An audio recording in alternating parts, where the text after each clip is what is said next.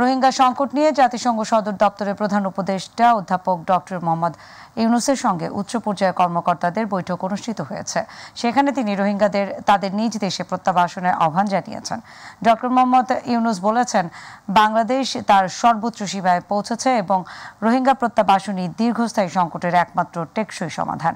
বাংলাদেশের অন্তর্বর্তী সরকারের প্রধান উপদেষ্টা ডক্টর মোহাম্মদ ইউনূস স্থানীয় সময় মঙ্গলবার নিউ ইয়র্কে জাতিসংঘের ৭৯তম সাধারণ অধিবেশনের ফাঁকে অনুষ্ঠিত উচ্চ পর্যায়ের বৈঠকে রোহিঙ্গাদের প্রত্যাবাসনের প্রয়োজনের উপর জোর দিয়েছেন। নিউ ইয়র্কে জাতিসংঘের উচ্চ পর্যায়ের এই বৈঠকে রোহিঙ্গা সংকট নিয়ে কথা বলার সময় মিয়ানমার থেকে বাস্তুচ্যুত ১২ লাখেরও বেশি রোহিঙ্গার উপস্থিতির কারণে বাংলাদেশ উল্লেখযোগ্য যেসব চ্যালেঞ্জের মুখোমুখি হয়েছে সেটিও তুলে ধরেন ডক্টর ইউনূস।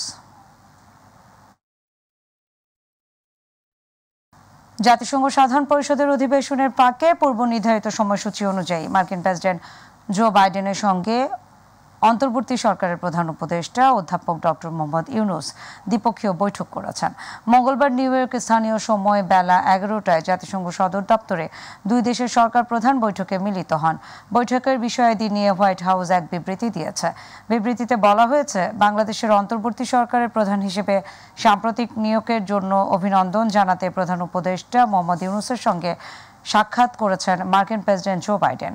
উভয় নেতা যুক্তরাষ্ট্র এবং বাংলাদেশের মধ্যে ঘনিষ্ঠ অংশীদারিত্বের বিষয়টি নিশ্চিত করেছেন, যার ভিত্তি পারস্পরিক গণতান্ত্রিক মূল্যবোধ এবং জনগণের মধ্যে শক্তিশালী বন্ধনে নিহিত। প্রেসিডেন্ট বাইডেন দুই সরকারের মধ্যে আরও সম্পৃক্ততাকে স্বাগত জানিয়েছেন এবং বাংলাদেশে চলমান সংস্কার এজেন্ডা বাস্তবায়নে মার্কিন সমর্থন অব্যাহত রাখার কথা জানিয়েছেন। বৈষম্য বিরোধী আন্দোলন কেন্দ্রিক রাজধানী বাড্ডা থানায় দায়ের করা হত্যা মামলায় সাবেক প্রধানমন্ত্রীর বিনিয়োগ উপদেষ্টা সালমান এফ রহমান, সাবেক মন্ত্রী আনিসুল হক, দীপু মনি এবং আইসিটি প্রতিমন্ত্রী জুনায়েদ আহমেদ পলককে গ্রেফতার দেখিয়েছে আদালত। সকাল ৮টার দিকে তাদেরকে আদালতে আনা হয়। এদিন ডিবি গুলশান জোনের পুলিশ পরিদর্শক মোহাম্মদ জিহাদ হোসেন আসামিদের এই মামলায় গ্রেফতার দেখানোর জন্য আবেদন করেন। তার আবেদনের পরিপ্রেক্ষিতে ঢাকা মেট্রোপলিটন ম্যাজিস্ট্রেট আরফাতুল রাকিবের আদালত তাদেরকে গ্রেফতার দেখানোর আবেদন মঞ্জুর করেন। গত ২০ জুলাই বিকেল ৩টায় মেরুল বাড্ডায় জিআইটি প্রজেক্টের সামনে আসা মাত্রই আসামিরা গুলি চালায়। এলোপাতাড়ি গুলিতে ঘটনাস্থলে নিহত হন মোহাম্মদ হাফিজুর শিকদার। এ ঘটনায় ১৭৯ জনকে আসামি করে নিহতের বাবা বাদী হয়ে একটি হত্যা মামলা দায়ের করেন। হঠাৎ করে বান্দরবানে বেড়েছে ডেঙ্গু এবং ম্যালেরিয়ার প্রকোপ। শহরের আশেপাশে এলাকাগুলোতে ডেঙ্গুর প্রভাব বিস্তারের পাশাপাশি দুর্গম উপজেলাগুলোতে দেখা দিয়েছে ম্যালেরিয়ার প্রাদুর্ভাব। ফলে এই দুটি রোগে আক্রান্ত হচ্ছে ছোট বড় সহ সকলেই ভর্তি হচ্ছেন হাসপাতালে। ডেঙ্গুর প্রকোপ বেড়ে যাওয়ায় আতঙ্কিত হয়ে উঠেছে স্থানীয় বাসিন্দারা। প্রতিনিধি তুহিন হোসাইনের রিপোর্ট, জানাচ্ছেন শামস রাবিজ উচ্ছ্বাস। পার্বত্য জেলা বান্দরবনে হঠাৎ করে বেড়েছে ডেঙ্গু ও ম্যালেরিয়া রোগের প্রাদুর্ভাব। বেশ কয়েকটি এলাকা এরই মধ্যে ডেঙ্গু রোগের হটস্পটে পরিণত হয়েছে। বর্ষা মৌসুমে পাহাড়ি এলাকায় মশার উপদ্রব বেড়ে যাওয়া ও মশারি ব্যবহার না করায় বান্দরবনে দেখা দিয়েছে ডেঙ্গুর প্রকোপ। ফলে প্রতিদিনই ডেঙ্গু রোগের লক্ষণ নিয়ে হাসপাতালে ভর্তি হচ্ছেন সব বয়সী মানুষ। আমার বাচ্চা জ্বর অবস্থায় হাসপাতালে নিয়ে আসিছি, আসার পরে ডেঙ্গু পজিটিভ, এরপরে চিকিৎসা চলতেছে। প্রথমে বুঝতে পারিনি যে আমার ডেঙ্গু হয়েছে, পরে হাসপাতালে আসার পরে চিকিৎসা নেওয়ার পরে আজ ৩ দিন আছি অসুস্থ, কিন্তু চিকিৎসা নেওয়ার পর সুস্থ হয়ে যাচ্ছে আস্তে আস্তে আর কি। এদিকে জেলা সদর হাসপাতাল সহ উপজেলা স্বাস্থ্য কমপ্লেক্সে রোগীর চাপ বাড়ায় চিকিৎসা দিতে হিমশিম খেতে হচ্ছে চিকিৎসকদের। আমাদের বান্দরবান সদর হাসপাতালে এখন ডেঙ্গু রোগীর খুব প্রকোপ বেড়ে গেছে এবং যে রোগীগুলো আসতেছে আমরা যথাসাধ্য চেষ্টা করতেছি, আমাদের সেবার মধ্যে যতটুকু সার্থক আমরা সেই সেবা দেওয়ার চেষ্টা করতেছি। ডেঙ্গু আক্রান্ত রোগীদের আতঙ্কিত না হয়ে হাসপাতালে চিকিৎসা নেওয়ার পাশাপাশি সচেতন হওয়ার পরামর্শ জেলা সিভিল সার্জনের। বর্তমানে বান্দরবানে ডেঙ্গু রোগের প্রকোপটা একটু বেশি সারা দেশের ন্যায়, কিন্তু আশাব্যঞ্জক কথা হলো ডেঙ্গু রোগের চিকিৎসার জন্য চিকিৎসা সামগ্রী, ওষুধপত্র, আমাদের স্বাস্থ্য সেবা কর্মী যারা আছে আমরা সদা প্রস্তুত এবং আমাদের যথেষ্ট পরিমাণে ওষুধপত্র আছে। এবছরের ১ জানুয়ারি থেকে এখন পর্যন্ত বান্দরবনে ডেঙ্গু জ্বরে চিকিৎসা নিয়েছেন ৩৮৫ জন ও ম্যালেরিয়া রোগে ৪,৯০৫ জন। শামস রাবিজ উচ্ছ্বাস, মাই টিভি নিউজ ডেস্ক। মিয়ানমারের রাখাইন রাজ্যে দেশটির সেনাবাহিনী এবং বিদ্রোহী আরাকান আর্মির মধ্যে সংঘর্ষের জেরে নতুন করে রোহিঙ্গা আশায় চাপ আরও বেড়েছে বলে মন্তব্য করেছেন দুর্যোগ ব্যবস্থাপনা ও ত্রাণ মন্ত্রণালয়ের উপদেষ্টা ফারুকী আজম। তিনি বলেছেন, নতুন আসা রোহিঙ্গাদের কারণে সংকটের চাপ আরও বাড়ছে। আমরা চাই রোহিঙ্গারা সম্মানের সঙ্গে কালকেই নিজ দেশ মিয়ানমারে চলে যাক। মঙ্গলবার সন্ধ্যায় কক্সবাজারের শরণার্থী ত্রাণ এবং প্রত্যাবাসন কমিশনার কার্যালয়ে আয়োজিত প্রেস ব্রিফিংয়ে তিনি কথা বলেন। এর আগে তিনি কক্সবাজারে বিভিন্ন এনজিও, সরকারি কর্মকর্তা এবং আইন শৃঙ্খলা বাহিনীর কর্মকর্তাদের সঙ্গে সমন্বয় সভা করেন।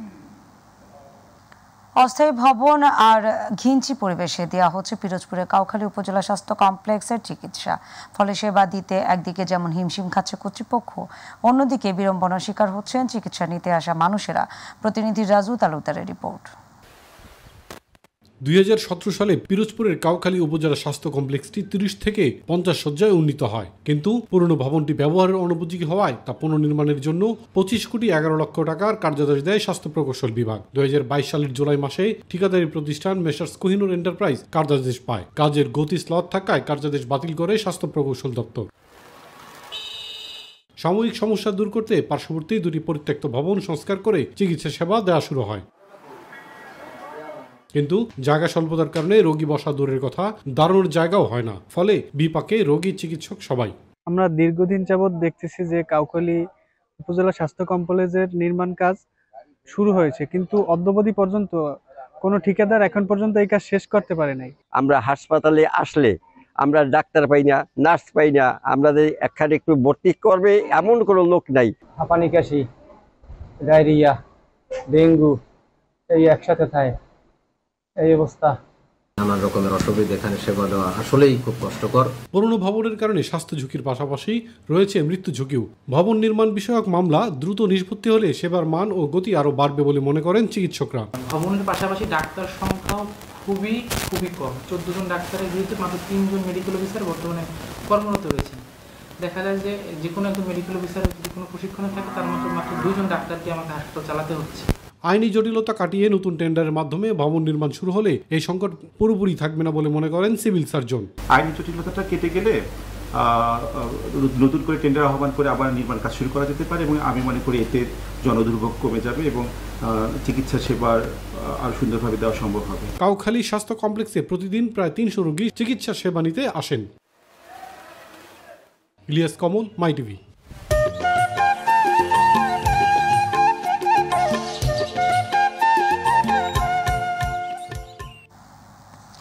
কুষ্টিয়ার মিরপুরে আধিপত্য বিস্তারকে কেন্দ্র করে বিএনপির 2 গ্রুপের মধ্যে সংঘর্ষের ঘটনা ঘটেছে। এতে উপজেলা বিএনপি সাধারণ সম্পাদক রহমত আলী রাব্বানী সহ উভয় পক্ষের বেশ কয়েকজন আহত হয়েছেন। আহতদের কুষ্টিয়ার 250 শয্যার হাসপাতালে নেওয়া হয়েছে। মঙ্গলবার বিকেলে মিরপুর উপজেলা শহরের ইগল চত্বরে সংঘর্ষের ঘটনা ঘটে। বর্তমানে মিরপুর উপজেলা শহর জুড়ে থমথমে অবস্থা বিরাজ করছে।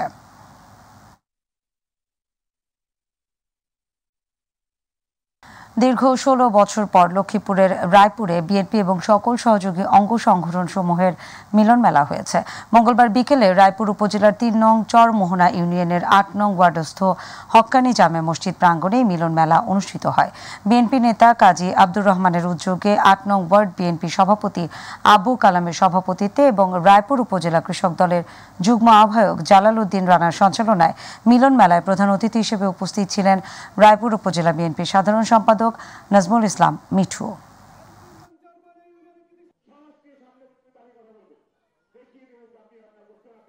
ঝিনাইদহে জেলা বিএনপির সমাবেশ সফল করার লক্ষ্যে মহেশপুরের যাদবপুর ইউনিয়নে বিএনপির প্রস্তুতি সভা হয়েছে। মঙ্গলবার বিকেলে যাদবপুর বাজারে এই সভা অনুষ্ঠিত হয়।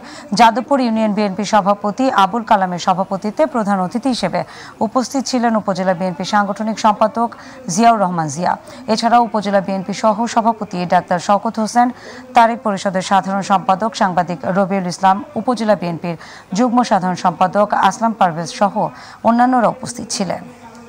রংপুরের পীরগাছা উপজেলার ছাউলা ইউনিয়নের মামুন এবং মঞ্জুর মিয়ার নিহতের খবর মাইটিভিতে সম্প্রচারের পর থেকে পাশে রয়েছে উপজেলা নির্বাহী কর্মকর্তা মোহাম্মদ নাজমুল হক সুমন। বললেন নিহতের পরিবার। উপজেলা পরিদর্শন শেষে ছাত্র জনতার গণ অভ্যুত্থানে ছাওলা ইউনিয়ন নিহত এবং আহত পরিবারের বাড়িতে খাদ্য সামগ্রী নিয়ে যান জেলা প্রশাসক মোহাম্মদ রবিউল ফয়সাল। কবর জিয়ারত শেষে ছাত্র জনতার গণ অভ্যুত্থানে নিহতের পরিবার জেলা প্রশাসকের কাছে শহীদ স্বীকৃতি সহ সরকারি চাকরির দাবি করেন।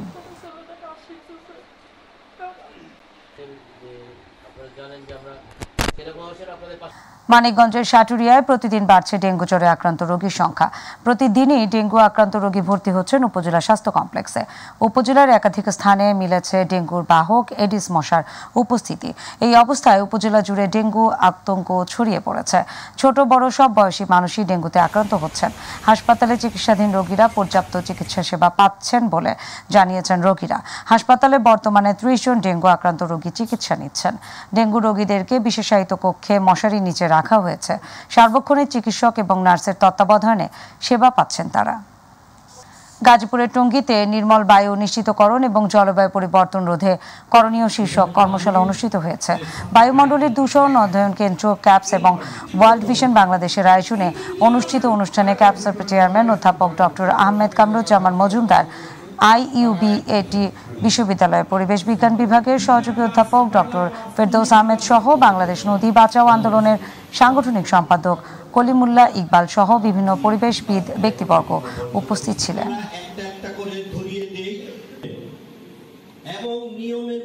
বরিশাল জেলা প্রশাসনের আয়োজনে আসন্ন দুর্গাপূজা প্রস্তুতি সভা হয়েছে। মঙ্গলবার সকালে জেলা প্রশাসনের সভাকক্ষে জেলা প্রশাসক মোহাম্মদ দেলোয়ার হোসেনের সভাপতিত্বে এই সভা হয়। প্রতি বছরের ন্যায় দুর্গাপূজা উপলক্ষে পূজা মণ্ডপগুলোতে নিরাপত্তা, আইন শৃঙ্খলা নিয়ন্ত্রণ ও প্রাসঙ্গিক বিষয়ে প্রস্তুতিমূলক এই সভায় জেলা মহানগর পূজা উদযাপন কমিটির নেতৃবৃন্দরা বিভিন্ন দাবি তুললে সকলের সমন্বয়ে সেসব পূরণের আশ্বাস ব্যক্ত করেন জেলা প্রশাসন। সভায় বিশেষ অতিথি হিসেবে উপস্থিত ছিলেন পুলিশ সুপার মোহাম্মদ বেলায়েত হোসেন, স্থানীয় সরকার উপপরিচালক গৌতম বারোই, অতিরিক্ত জেলা প্রশাসক লুসি কান্ত হাজং। গাইবান্ধার সাদুল্লাপুরে উপজেলা প্রশাসনের বিভিন্ন দপ্তরের প্রধানগণের সাথে মতবিনিময় এবং বিভিন্ন সরকারি দপ্তর, শিক্ষা প্রতিষ্ঠান পরিদর্শন করেছেন গাইবান্ধা উপজেলা নবাগত জেলা প্রশাসক। সাদুল্লাপুর উপজেলা প্রশাসনের আয়োজনে বিভিন্ন সরকারি দপ্তর, শিক্ষা প্রতিষ্ঠান পরিদর্শন সহ উপজেলা প্রশাসনের বিভিন্ন দপ্তরের প্রধানগণের সাথে মতবিনিময় করেন। এ সময় উপজেলা সম্মেলন কক্ষে মতবিনিময় সভায় উপজেলা নির্বাহী কর্মকর্তা কাউসার হাবিবের সভাপতিত্বে ও এসিলেন্ট তৌহিদুল ইসলামের সঞ্চালনায় বক্তব্য রাখেন নবাগত জেলা প্রশাসক ও জেলা ম্যাজিস্ট্রেট চৌধুরী মোয়াজ্জেম আহমদ, সহকারী কমিশনার ও এক্সিকিউটিভ ম্যাজিস্ট্রেট সাব্বির আহমদ, সাদুল্লাপুর থানার ওসি শফিকুল ইসলাম সহ আরও অনেকেই। গাজীপুর সদর উপজেলায় জঙ্গিবাদ, মাদক, ইফটেজিং, কিশোর অপরাধ, নারী নির্যাতন এবং বাল্যবিবাহ প্রতিরোধে জয়দেবপুর থানা পুলিশের আয়োজনে ভবানীপুর মুক্তিযোদ্ধা কলেজ মাঠে বিট পুলিশিং সমাবেশ হয়েছে। জয়দেবপুর থানা ভারপ্রাপ্ত কর্মকর্তা ওসি আব্দুল হালিমের সভাপতিত্বে ও গাজীপুর সদর উপজেলা বিএনপি সাধারণ সম্পাদক জয়নাল আবেদিন রিজভির সঞ্চালনায় বক্তব্য রাখেন গাজীপুর জেলা বিএনপির যুগ্ম সাধারণ সম্পাদক আবু বকর সিদ্দিক, কোষাধ্যক্ষ ইসলাম উদ্দিন, গাজীপুর সদর উপজেলা বিএনপির সভাপতি আবু তাহের মুসল্লি, গাজীপুর সদর উপজেলা জামায়াতের আমির ডাক্তার আলী আকবর, এছাড়া স্থানীয় জনপ্রতিনিধি, রাজনৈতিক নেতৃবৃন্দ এবং ব্যবসায়ী সুশীল সমাজের নেতাকর্মীরা।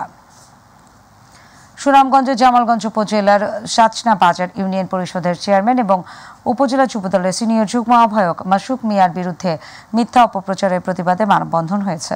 মঙ্গলবার দুপুরে এলাকাবাসীর আয়োজনে এই মানববন্ধন পালিত হয়। বক্তব্য রাখেন সাবেক ইউপি সদস্য সুজন হালদার, বালু পাথর ব্যবসায়ী তোফাজ্জল ইসলাম, সমাজকর্মী সুফিয়া বেগম। মানববন্ধনে বক্তারা বলেন, সাচনা বাজার ইউনিয়ন পরিষদের চেয়ারম্যান মাসুক মিয়ার সম্মানহানি করতে একটি চক্র উদ্দেশ্যপ্রণোদিতভাবে মিথ্যা, বানোয়াট এবং বিভ্রান্তিমূলক অপপ্রচার করে জলমহল দখলের মিথ্যা নাটক সাজিয়েছে। চেয়ারম্যান উনি কাউরের সাথে কোনোদিন যারা মানুষের ভালো দেখতে পারে না, তাদের কাছে আমাদের আবেদন যাতে ভালো গুজব ছড়াইছে বর্তমান ওসি ইউনো মহোদয়, এসপি সাহেব, ডিসি সাহেব, তাদের কাছে আমাদের একটাই আবদার, ভালো মানুষের নামে যেমন গুজব ছড়াইছে, কিন্তু ওদেরকে শিগগিরই আইনের আওতায় আইন না যাচাই বাছাই করে জিজ্ঞাসা